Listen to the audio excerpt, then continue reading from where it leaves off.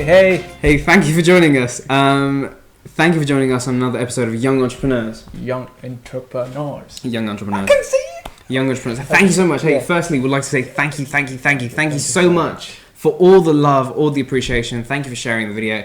The response was great. We've been receiving so much love all over social media, all over, just all around really. Yeah. We've been getting like text messages from people that we've never heard of in like 2 years' time, and the sort of it's great. coming back to us and be like, they're sort of congratulating us and sort of like thanks a lot, supporting us. Thank you so much for your support and for the one dislike.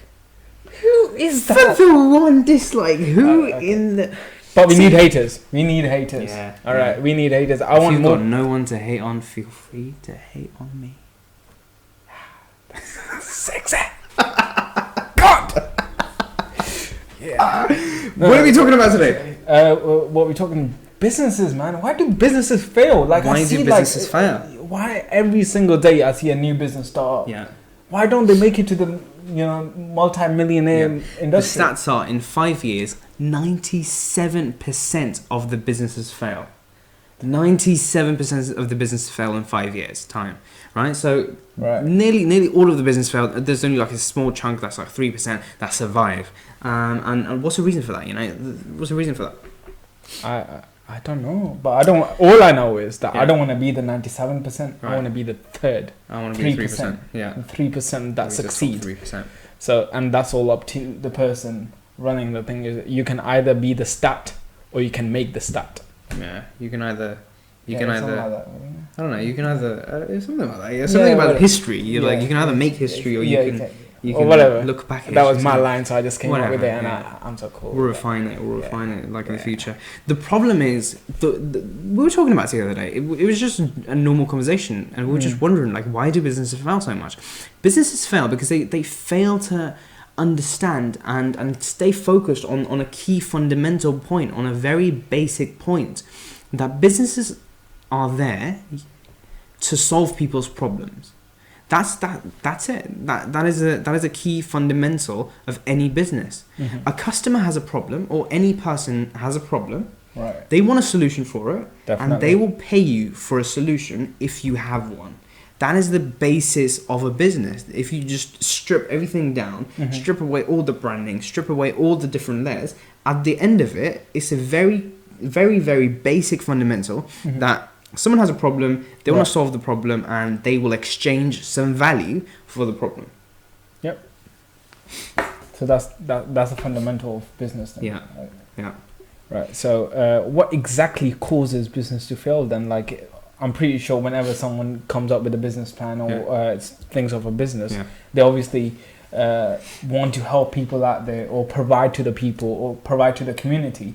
So why is it that they still end up failing? I think it's because like they sort of get caught up in all of this sort of staged drama that we create for ourselves. Right. We sort of get caught up in all of the stuff at the top and all the sort of stuff at the surface of it. We get caught up in managing money. We get caught up in all the bill payments and all the I don't know. You get caught up in like all these various things, and then before you know it, you're just tangled in problems that you literally create yourself. Right. It's not right. Again, if you sort of like step back a little bit and look at the bigger picture, then you don't really have that many problems. It's just you're creating problems for yourself, and then you're crying over it. You're like sort of scratching your head like, okay, what do I do now? Because you find yourself in like a cluster mess of issues and problems that you're facing, and before you know it, you might not have the clarity or whatever you started off with, whatever you started the business off with.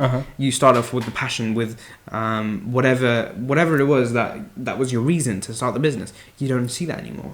In 5 years' time, it just fades away, and then the problems right in front of you, they become so clear that you just give up. I think that is the issue that most businesses fail. Most business owners fail.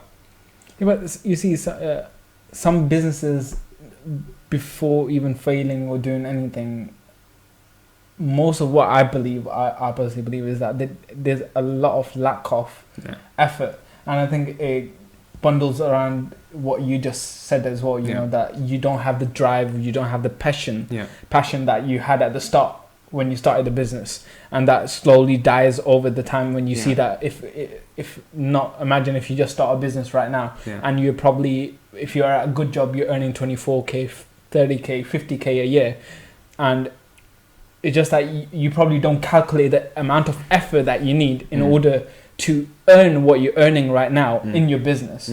And when you see that within 3 months period time, or whether that be a year period time, and when you don't see the results, you probably get, you know, demotivated, and you're like, I think this was the wrong step, I should go back to where I belong, or so on. So, you know, I think it personally is up to the person themselves that how successful they want to be, or what stage they want to see themselves at. And you know, I think that is the main reason why businesses fail it's as well. Sort of dream and the vision of an entrepreneur, and that's what sets most of the people apart, because it's those 3% that actually, you know, continue that journey and sort of continue to focus, and sort of they can imagine their dreams and their visions turn into reality, and that's what keeps them sort of.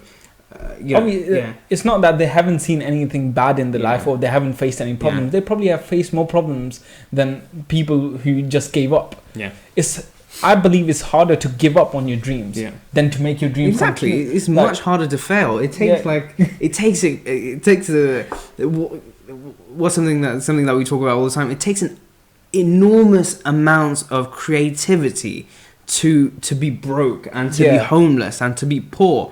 Because if you're poor, if you don't have enough income, if you're forced to live or survive on a very, very small budget, it takes endless amount of creativity. Oh my god, I can like sort of save a few pennies on there, I can save a few pennies off there, and then, you know, add those pennies up and then get something more valuable and things like that. It takes a tremendous amount of creativity, tremendous amount of brain power. It's just easier to become a producer, produce more income, and that's sort of an easy way out. What people sort of conceive, what people sort of believe as the hard way out is actually the easy way out for most people, but they shouldn't realize. I think it just goes generally in every field. So whether that be your education or the place that you're working in, you probably wake up one day. I still remember when I used to go to school, I didn't feel like going to school. Oh, mom, I'm ill. Make all the excuses, go through the effort of telling my mom, and then mom like, all right, it's okay, you don't need to go to school today, and so on. You know, all those creative ways of us convincing our parents. But if you just generally just think about it, if you just go to school, work hard, you get the grades, you get that. If you go to work on time, you show up before. Exactly. If you with school, right? If you just missed like one day of school, you've got no idea what's going on for the rest of the time, because like you just missed like one class that's like really, really important, and the rest is just gibberish to you, because like you missed like one key point. And well, most of it's like sort of psychological as well, because then you sort of force yourself into that mentality. But okay, what we're talking about, businesses are sort of built on this. The sort of key fundamental is problem solving, right? Any business is a problem solving business. It doesn't matter what business you are in. You can be in the marketing business, you can be in sales, you can be in the car business, in the automobile business, you can be in any business at all, you can be in retail.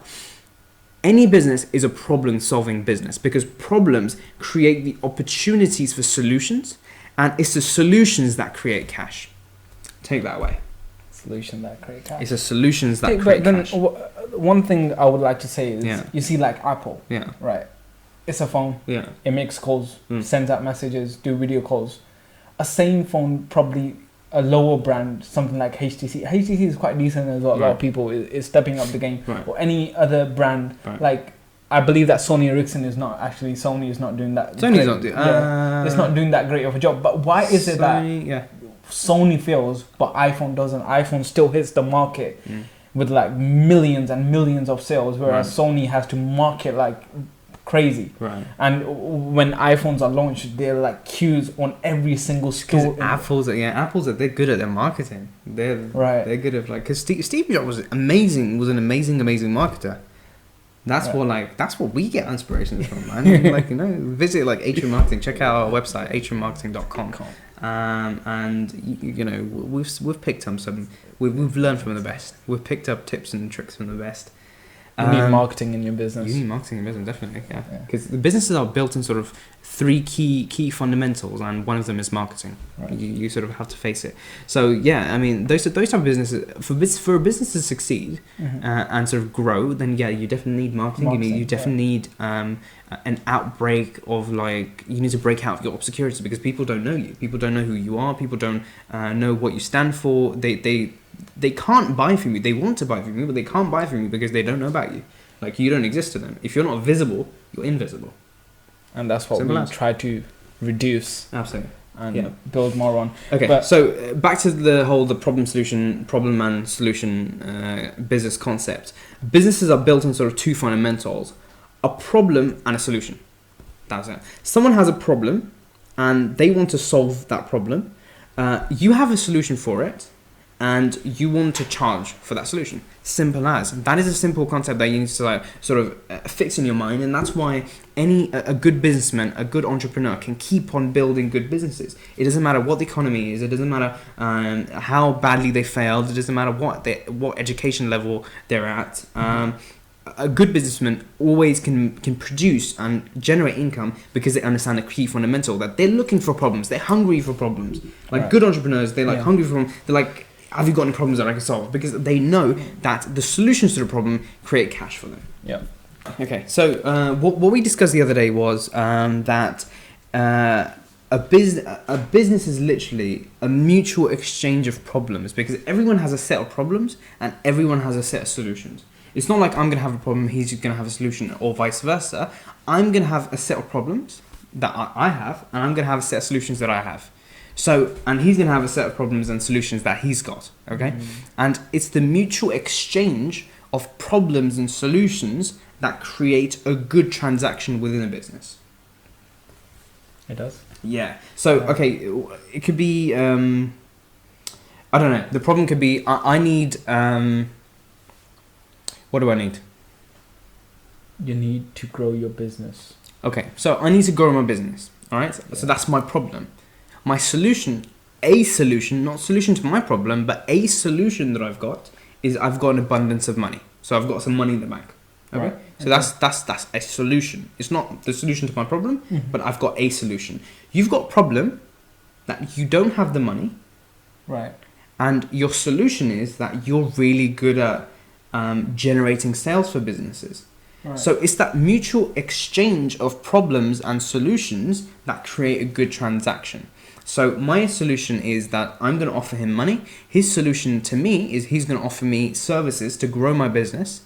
My problems get solved because he's offered me a solution. His problem gets solved because I've offered him a solution. So it's a mutual transaction of problems and solutions that you need to understand. So you're solving the problems. Absolutely. For each other. Yeah, exactly. You're solving. So you're helping everyone. Yeah, it's what we call. It's what we describe as, it's what we call a net neutral or a net positive effect. So it's a net neutral effect. So if we're solving each other's problems, right? So my problem is solved that, okay, I'm getting new leads, I'm getting new generation of I'm getting generations of new leads because of him, and he doesn't have his he doesn't have his financial problem, so he's got some money in the bank. So that's a neutral effect because both of our problems get solved, right? It's going to be a net negative effect if he only did half the job for me and I paid him in full, right? Because then it's a negative effect on me, so it's a net negative effect. So businesses or good transactions are built on great businesses and good transactions are built on net neutral or net positive effect. So maybe he promised me he's going to get me 100 leads. Rather than that, he went ahead and he got me 150 leads. So that's a net positive effect because I'm still paying him the same amount of money, but he's added more value to me than I've asked for, than we agreed. Or maybe if I paid him more money for that 100 leads because I'm so happy with the quality of the leads that he's gotten me, then that's a net positive effect because I've added more value than I was going to. That's exactly. Yeah. Like pinpoint exactly. Yeah. We do at Atrium Marketing. That's a shameless plug. Yeah. Huh? We're just shamelessly plugging our... No, but it's just I want to stress out, like, you see, I see a lot of things that. Yeah, definitely. That's exactly see, what we do. Yeah. It's people watching us. Obviously, we want them to know what's right, what's wrong, and so on.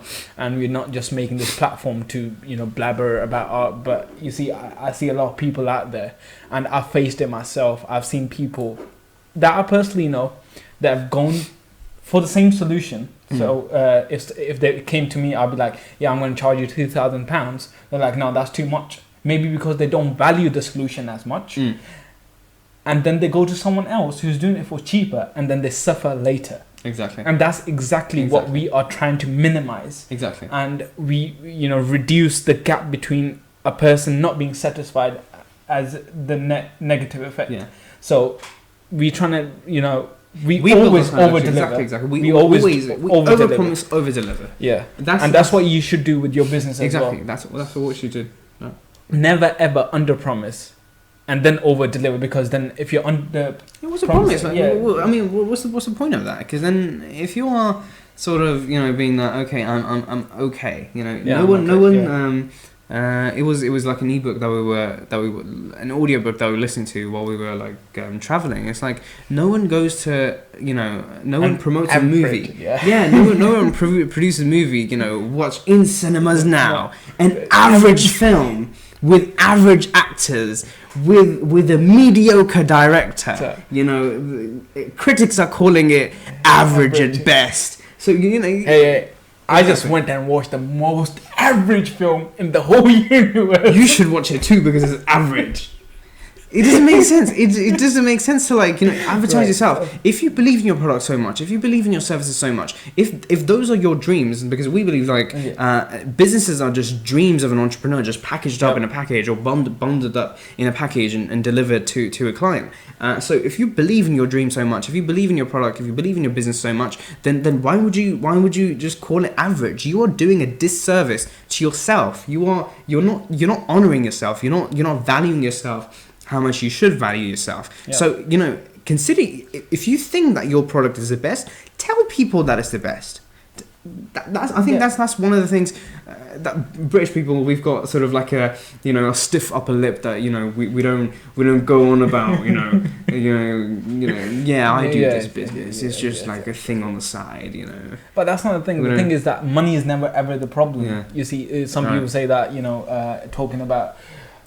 As I said, if we are charging 2,000, someone around the corner is probably charging about 700. Yeah. And people might say like, okay, why is that guy charging lower? And it's the same thing. If someone is, let's go like these fast food, £1 chips and wings. Seriously, are they healthy? Like to the level exactly. Out of the £1, they're still making the profit. Yeah. So, going down that hill. So money is never ever the problem. If you can satisfy someone that you are the best and you are the solution to the problem. Yeah. Money is never ever the problem. And again, it's another point that we were also talking about is that when people have a problem, they're not too particularly concerned about. So many people, again, that's another one of the reasons that businesses fail. That so many people focus so much on getting the product looking the best and sort of, carving a little bit off there and then, sort of reframing in, sort of, I don't know, reinventing the image of it. And they spend so much time on actually making the product that they're not selling the product, and that's when you lose money. Exactly. People spend so much time. You need to invest more on getting the sales in rather than just wasting your time on. And if coming to the thing that if you think that your product or your service is overpriced, then explain one thing to me. The one thing I don't ever get is that water is for free. People still go and buy water over, I think the stats water of 2015. It's the most lucrative market. It was shown that over just the water industry on its own, not just any brand, they made about £17 million.